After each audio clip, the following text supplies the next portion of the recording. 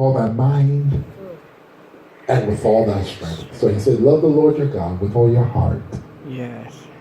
Your emotions, with your soul, your spirit, with all your mind, your intellect, and with all your strength. He said, this is the first commandment. Yes.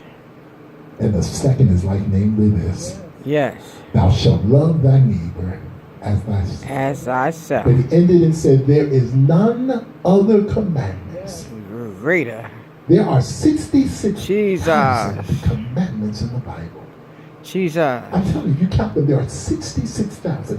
Of those 66,000, of the 10 commandments, there is none other commandment greater than these. That means if you do everything else and don't do the other two, you wasted your time. Jesus.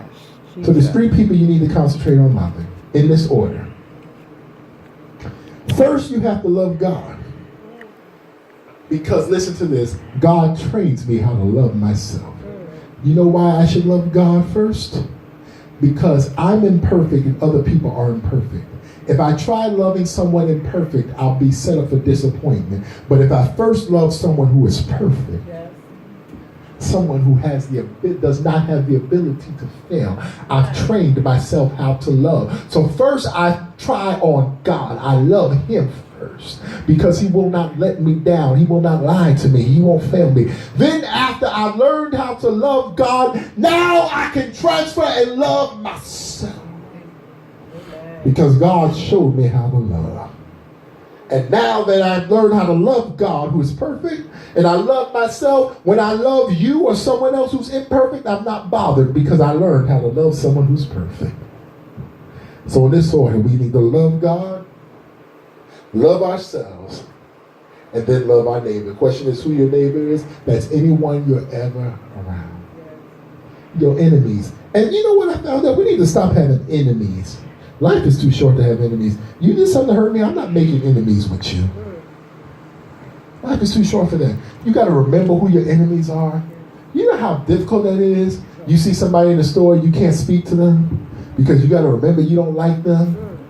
What did they say back? And half the time, you know you don't remember why you're upset with somebody. Amen. Amen. I ain't talked to her since 87. Why?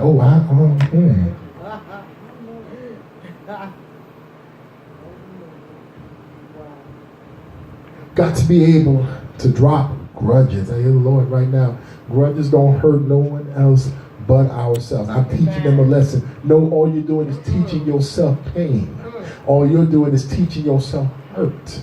All you're doing is teaching yourself misery. We've got to drop grudges. It doesn't mean you allow them to do it again. Oh, that's a little different. I love you. How are you? Yes, we can go to lunch. Can I borrow $20? No. But I still love you. Yeah, we can go to lunch. I'm just telling you the truth. You don't give them the opportunity to do it again, but you still show them love.